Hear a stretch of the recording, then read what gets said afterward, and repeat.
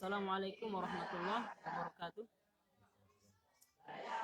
Alhamdulillah wassalatu wassalamu ala Rasulillah wa ala alihi wa sahbihi wa mawalah. Kita pagi ini bersama Mudirul Ma'had Dr. Kiai Haji Zainuddin. Kiai Tanpa Haji Zainuddin sedang minum susu jahe. Kalau beliau kopi hitam. Di pagi ini setelah kita melakukan tahfizul Quran dan tahsin di subuh harinya, kita duduk di bawah lantai 4 di beton. Kali ini kita ingin membahas lembaga pendidikan di Indonesia ini yang cocok untuk generasi muda saat ini dan juga bisa meringankan beban pikiran orang tua di dalam menghadapi atau di dalam mendidik putra putrinya.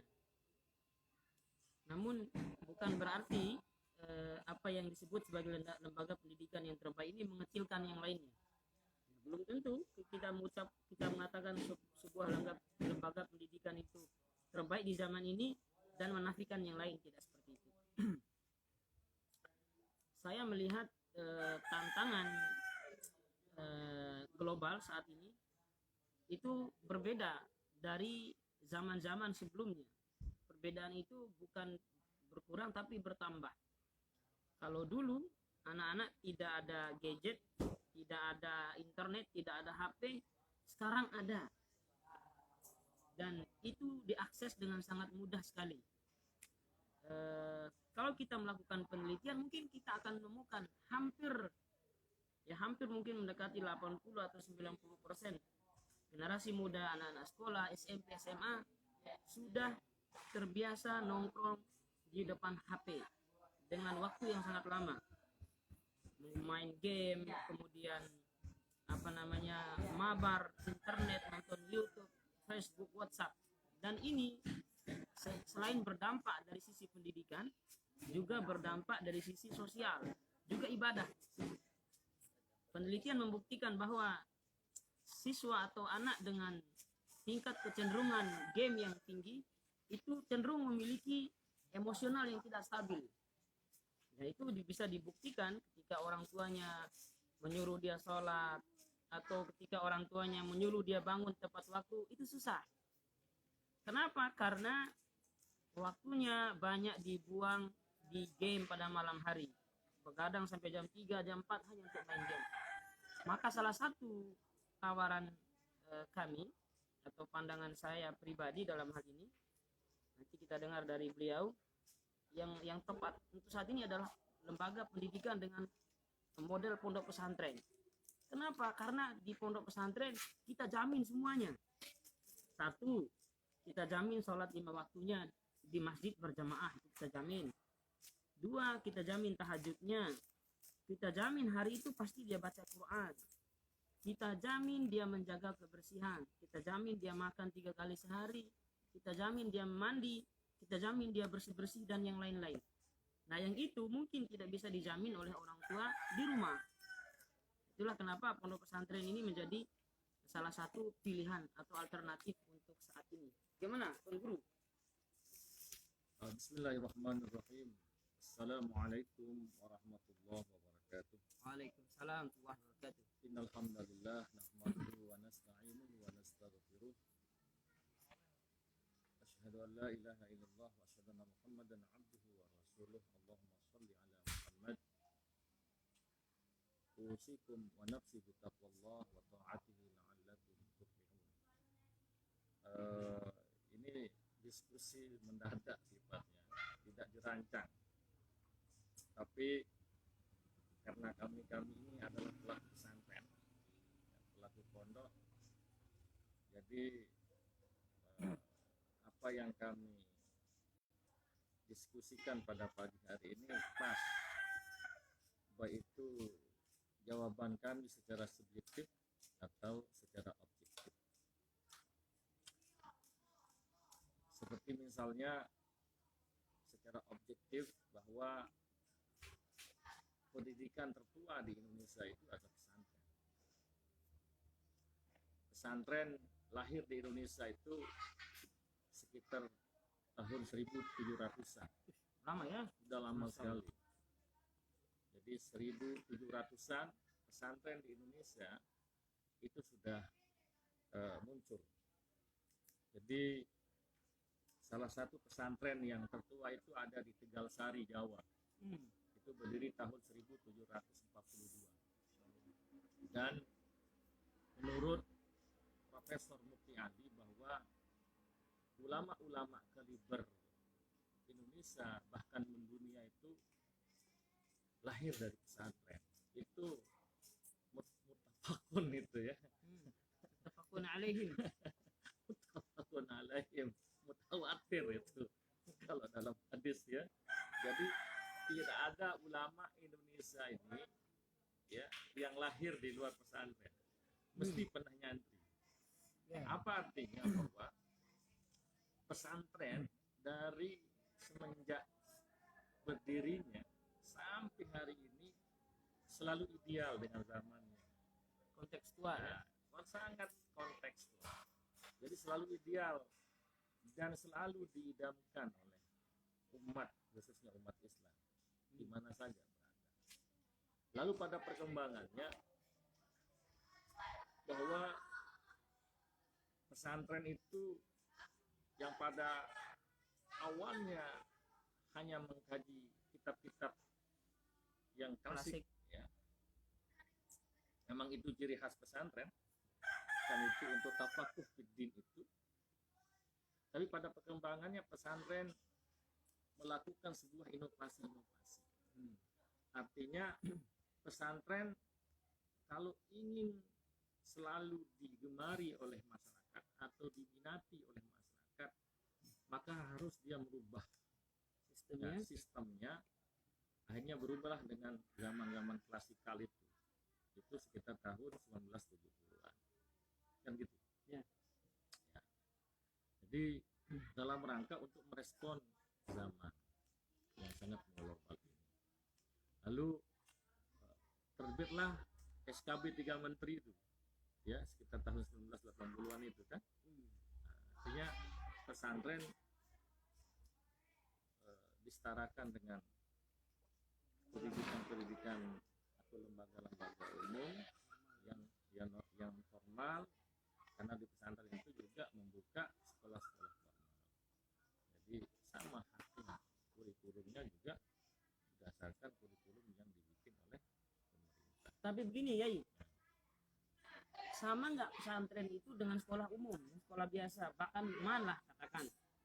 Tidak. Kalau pesantren itu kan pondok itu kan punduk itu kan bahasa Arab, tempat tinggal kan. Nah itu kalau kita artikan Apartemen, punduk itu kan itu tempat tinggal itu. Jadi beda antara pondok pesantren dengan sekolah yang ada tidak di pondok. Kalau pesantren kan sistemnya kan 24 jam belajarnya, ya kan? Dari bangun tidur sampai tidur lagi. Nah, jadi 24 jam itu salah satu yang membedakan pondok pesantren dengan lembaga-lembaga yang di luar itu. Jadi itu. Nah, kemudian pondok pesantren kan dia punya ciri khas sendiri, Ustaz. Salah satunya misalnya kalau di pondok pesantren karena santri itu tinggal di dalam, maka gitu loh, spiritualnya kan terjaga. Ya kan? Spiritualnya terjaga. Jadi untuk membangun intelektual itu kan terlebih dahulu udah harus diasah spiritualnya. Nah, maka inilah yang akan melahirkan nanti ulama-ulama yang intelek yang ulama. Tapi kalau lembaga lain kan tidak ada seperti itu. Itu perbedaan yang sangat substansi menurut saya. Ya.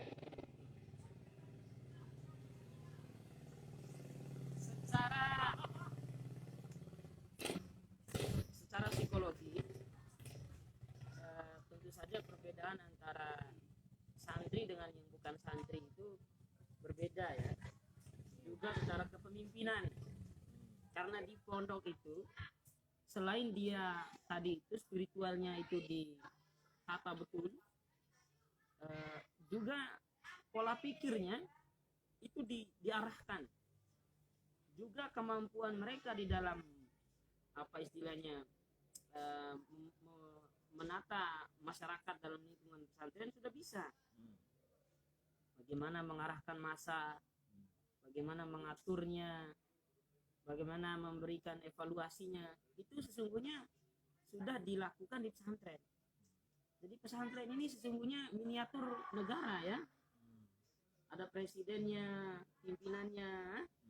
Kalau di sini direktur. Ya. Di Malimun kita direktur. Mudir. Iya. Gitu. Terus apa yang ditanyakan? Nah, selanjutnya begini.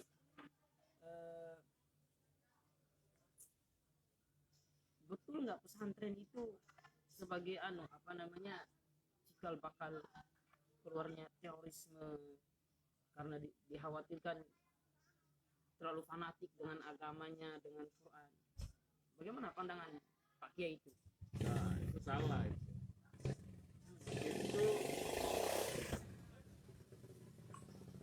Itu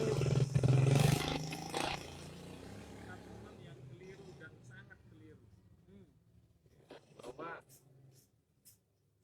apa yang dikatakan oleh orang bahwa pesantren adalah tempat lahirnya terorisme itu salah. Tapi yang benar adalah pesantren adalah tempat melahirkan ulama yang rahmatan lil alamin itu di pesantren. Pesantren bisa melahirkan pemimpin yang profesional itu bisa di pesantren.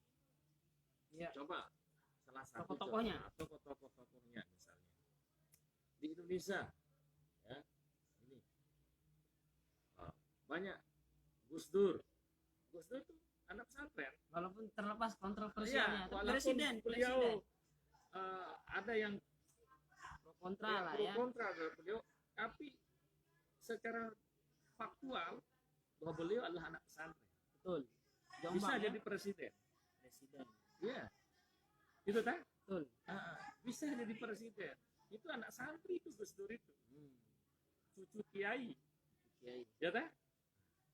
Atau coba kita lihat masa-masa Indonesia lama. Ada Kiai Idham Khalid. Beliau adalah menteri agama. Ya. Itu anak pesantren. Ya kan? Prof. Dim Samsudin. Anak pesantren. Kemudian yang kemarin Menteri Agama kita Lukman Hakim. Ya. Anak pesantren, alumni Gontor beliau. Kalau Menteri Agama sekarang pesantren juga kan? Ya Gus katanya. Ya Gus beliau, tapi saya tidak mengetahui. Tapi yang jelas kayaknya beliau anak pesantren. Kalau udah Gus itu anak kiai itu beliau. Betul. Tapi saya tidak begitu mendalam. Siapa wakil presiden kita sekarang? Kiai Ma'ruf Amin. Masya Itu adalah pesantren dan menjadi ulama. Jadi itu hasil didikan pesantren, tidak teroris. Nah, tapi kalau ada anak pesantren itu oknum yang tidak memahami agama dengan baik. Begitu. Atau mungkin saja dia terkontaminasi setelah dia keluar dari pesantren. Atau mungkin saja seperti yang antum katakan bahwa oknum pesantren yang pemahaman agamanya tidak bagus setelah mungkin di pesantren gitu ya, tidak kafah memahami sebuah ayat, sering bolos ya, gitu ya.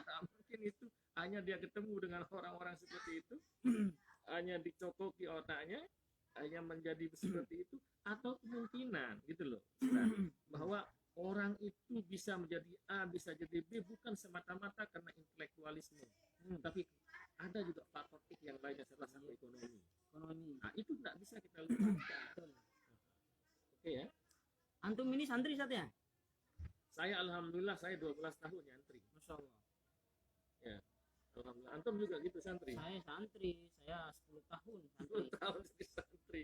Jadi insya Allah lah kita ini adalah alumni pesantren yang membawa kesejukan di tengah-tengah masyarakat. Kalau anak tanya selama berapa tahun ini nyantri? Ya di Nurul Hakim itu 6 tahun. Di Ma'had Ali lil Fikih wa Dakwah Bangil Pasuruan itu 3 tahun. Berarti berapa itu? 9. Sudah 9 tahun ya. Kemudian lanjut di Malang. Kan gitu. Apa yang antum sangat syukuri eh, pernah menjadi sebagai seorang santri itu?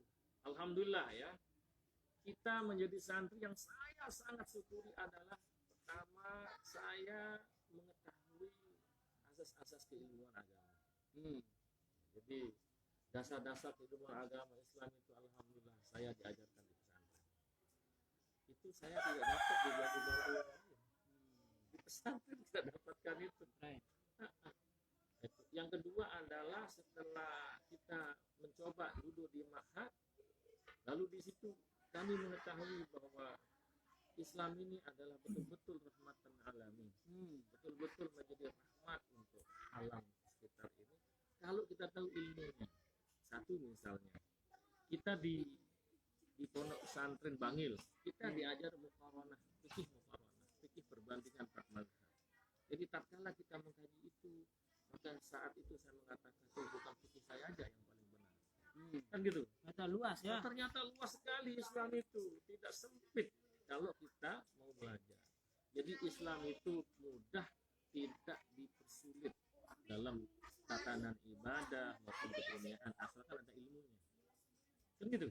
Berarti itu yang sangat syukuri ya. Itu yang sangat saya syukuri. Asas-asas Jadi melihat keilmuan. asas-asas keilmuan itu kita dapatkan di pondok pesantren. Kemudian pengembangan hazanah keislaman itu juga ada di pesantren. Karena disitulah kita mengkaji kitab-kitab yang mutawaroh itu.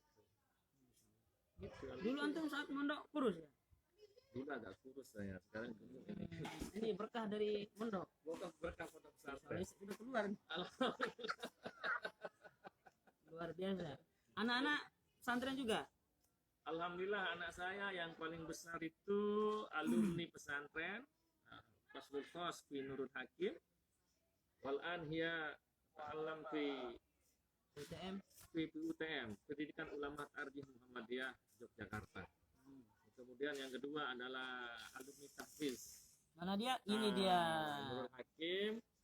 Ini sekarang sedang Ma'had Ali memperdalam kitab di pesantren Nurul Hakim. Ya, kemudian yang nomor 3 itu alhamdulillah anak saya semua di pesantren. Ya.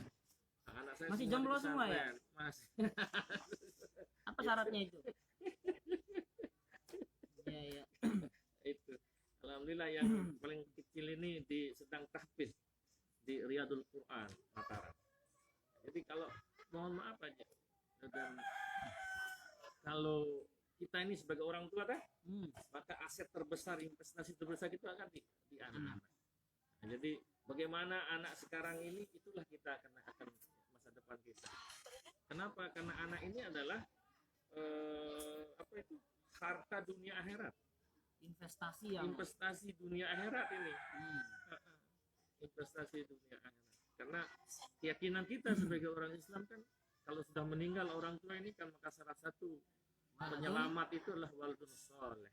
Mungkin tatkala kita kelapak mungkin di kuburan, di kamar panggang gitu kan.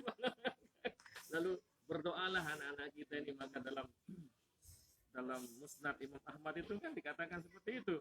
Lalu terangkatlah derajatnya orang tua ini. Lalu kenapa saya ini ya Allah? Lalu Allah mengatakan itu karena doa anak-anakmu. Dalam pandangan NU transfer Al-Fatihah.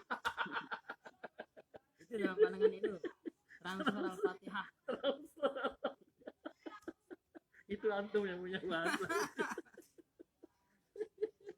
Ya. Jadi mari Bapak sekalian pondokkan anak-anak Bapak di pondok pesantren, karena itu adalah aset terbesar kita dunia wal akhirat. Jadi pendidikan pesantren merupakan pendidikan terbaik untuk saat ini dan seterusnya. Terima kasih. Ini obrolan pagi kita di Pondok Pesantren Boarding School Muhammadiyah Lombok Barat, tidak terjadwal tapi spontanitas sifatnya. Dan kami menguasai topiknya. Tapi kami ini dengan begini terbiasa, ya, terbiasa diskusi seperti ini. Terima kasih. Mungkin itu saja Ustaz. Oke, sip. Ya. Terima kasih. Sebelum saya tutup ini, kalau tadi beliau sangat syukuri adalah punya khazanah keilmuan, asas-asas keilmuan keagamaan. Selain itu yang saya syukuri menjadi santri itu adalah punya banyak koneksi. Karena di pondok ini datang dari berbagai daerah Dan disitulah berkumpulnya daerah-daerah itu. Kita bisa mengenal teman kita dari daerah lain, mengenal budayanya, mengenal bahasanya, sifatnya. Sehingga begitu kita tamat dari pesantren, kita masih terkoneksi dengan jaringan yang lebih luas. Ada yang dari Jawa, ada yang dari NTT, Bima, Lombok. Sehingga kemanapun kita pergi, tinggal kita telepon teman kita yang di Jawa. Saya di Jawa sekarang, tolong jemput saya. Atau saya di Kalimantan, tolong jemput saya. Dan itu tidak didapatkan di sekolah-sekolah selain pesantren. Atau boleh saya tambah Ustaz? Sila. Dan keberkahan dunia itu teraih lewat pesantren. Salah satunya adalah mohon maaf. Ini bukan tabu sekarang. Bahwa politisi-politisi Indonesia itu banyak lahir di pesantren. Contoh. Lala, ya tah? Ya, Sekarang banyak tuan guru jadi DPR. politisi. Jadi kenapa kekuatan pesantren? Betul tak? Ya. Itu berkah pesantren itu. Tapi kalau dibuat boarding school mu'alimin, nanti kita pikirkan itu. Jadi sangat penting itu. Kalau ingin kuasai apa itu? Politik, Kuasai pesantren. salah satunya kuasai pesantren dan jadilah pendiri pesantren.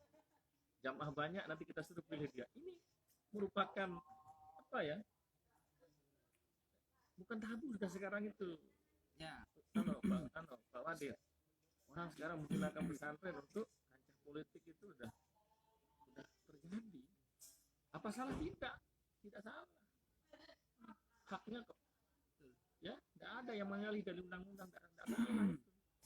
Cuma mungkin yang perlu adalah mungkin metodologi, kan gitu, kan? Teknisnya, kan gitu. Nah, jadi sekarang ini banyak para tuan guru kita ini duduk di bangku Politik lah ya, politik yang ya. strategis. Ya salah satunya karena wibawa Di NTB saja pesantren. gubernur kita Tuan Guru Bajang ya, beliau mantan. mantan gubernur kita 2010 sampai 2019. Ya, beliau santri. Kemudian wali kota Mataram Tuan Guru Ahyar, beliau santri lah. Santri. Bahkan wakil sekarang Wakilnya tuan guru. Tuan Guru, insyaallah. Kemudian di Kabupaten Lombok Barat Pak Fauzan juga santri. Dan tidak tahu lagi di tempat-tempat yang lain ya. Ya. Nah, jadi memang ada seperti itu. Jadi keberadaan pondok itu kadang-kadang untuk zaman yang mengglobal saat ini ya banyak digunakan untuk dalam hal-hal yang sangat politis. Kan gitu. Itu tidak salah. Itu hak beliau kan? Tidak salah. Dan kita juga sangat berharap politisi-politisi ini lahir dari pondok. Sehingga dia kebijakan-kebijakannya tidak merugikan pesantren. Jadi dia paham dengan kebutuhan umat. Dan insya Allah kalau punya pesantren memegang satu kebijakan publik, ya kan? Kayak DPR, ya. Insya Allah ranahnya Siratal Mustaqim, insya Allah. Ya, gitu. Ada rencana? Saya untuk sementara saya cukup di kampus saja, jadi dosen di Muhammadiyah Mataram. Dan nanti kalau udah pensiun baru kita politik praktis. Mantap. Oke. Terima kasih. Ini bincang pagi kita. Semoga tetap bersemangat dan kita diberikan kesehatan. Orang tua yang masih punya anak putra kelas 6 pondokkan di boarding school Mu'alimin Muhammadiyah Lombok Barat, karena mereka akan dicetak menjadi kader ulama pemimpin umat dengan 3 brand. Apa itu brandnya yang kita prioritaskan? Ada tahfiz, bahasa Arab, dan kajian kitab kuning. Mantap, itu cukup jadi ulama, insya Allah. Tapi kita juga bahwa setelah adik-adik santri mu'alimin ini tamat dari mu'alimin, kita kawal sampai bangku kuliah. Masya Allah. Ya. Nah, karena tidak bisa hanya 6 tahun untuk menjadi Harus ada Orang ustadz itu keberlanjutan. keberlanjutan. Dan kami selaku pimpinan siapapun itu di sini itu merupakan sudah menjadi kesepakatan Iya. bahwa setelah anak-anak muallimin tamat di sini 6 tahun di sini, kita akan ajak mereka untuk kuliah di tempat perguruan tinggi, baik itu yang bersifat ma'had atau pendidikan formal di kampus Bahkan mungkin sampai ke Timur Tengah. ke Timur Tengah. Insya Allah kita sedang mengeling untuk itu. Nah kalau yang Muhammadiyah se-Indonesia ini insya Allah kalau di situ pendidikan ulama tarjih, insya Allah kita jamin untuk diterima. Insya Allah. Itulah keinginan keras kita untuk membentuk ulama itu tidak bisa instan tapi dari long time. By Ya. design. Nah, Itu bahasa harus yang lebih tinggi lagi. by design kan gitu ya. Ya memang S2 ya kayak gini. Kalau saya S3 jadi Dua lebih kemampuan tinggi. S3 ini. Oke, sip. Kita cukupkan dulu. Wassalamualaikum warahmatullahi wabarakatuh. Pak Ono, Salam.